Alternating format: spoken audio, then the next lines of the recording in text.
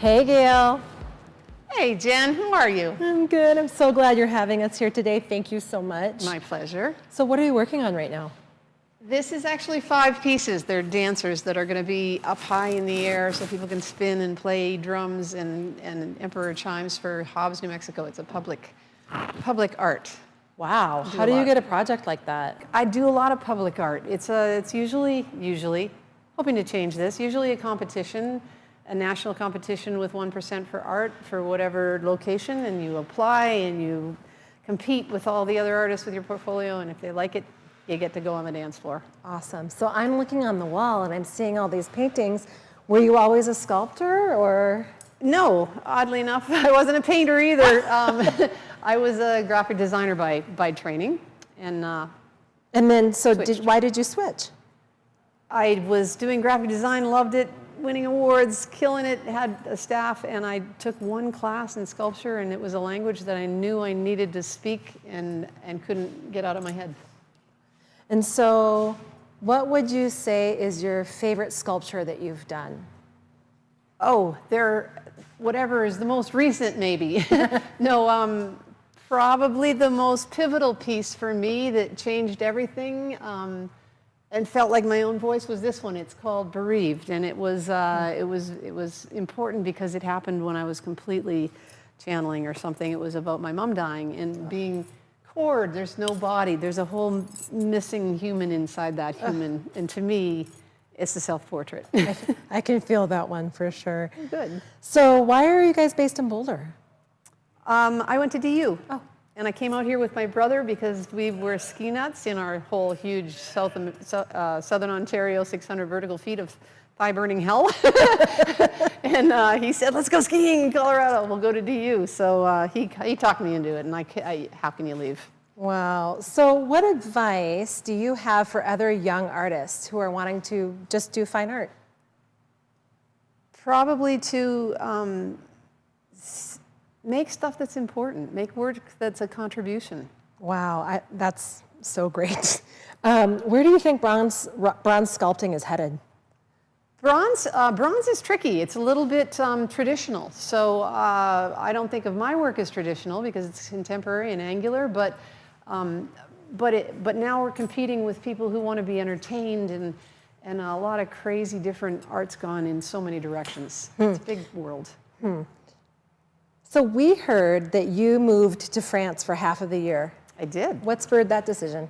That was a bucket list item. I also think everybody should have a bucket list from as early as they can figure that out. But I met a family from Australia that took their kids and traveled with them just to put them out of their element, especially in middle school. That's a big black hole. And I decided before I even ever was married or had kids that my kids were going to, in middle school, go somewhere that was completely going to upend their ideas. That's great advice. So what would you say for you was the biggest difference between American and French culture?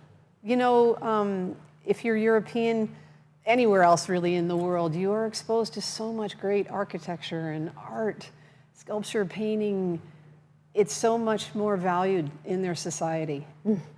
So I'm looking around the studio and these pieces are enormous, really. How long does it take to do one from start to finish? This one I have to hurry. Because you have a deadline. These commissions are always deadlined, right? Yeah. And the crazy thing about bronze is it's so difficult. That usually takes 8 months, 12 months. So I have to get this one done in maybe a month and a half, 2 months at the most. Generally, I take longer.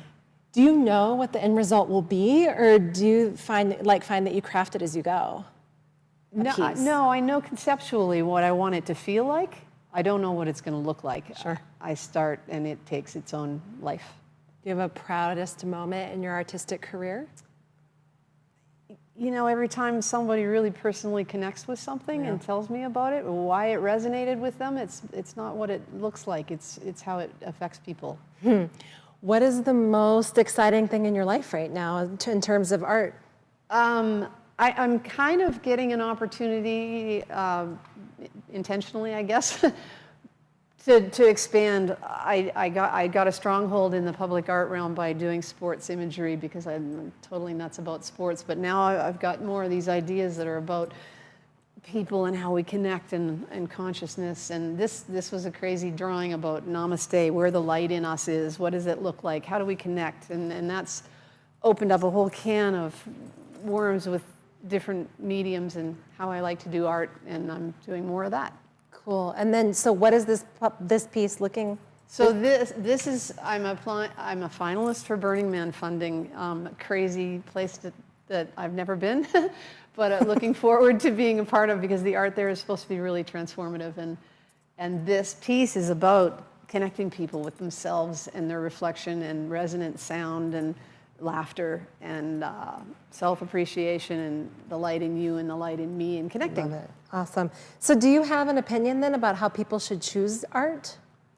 Yeah, definitely. Yeah, art should be so personal. It shouldn't be about what it looks like at all. It should be about what moves you and what's important to you.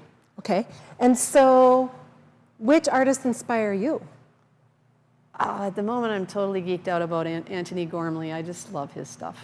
Cool. And do you have a favorite book, art book?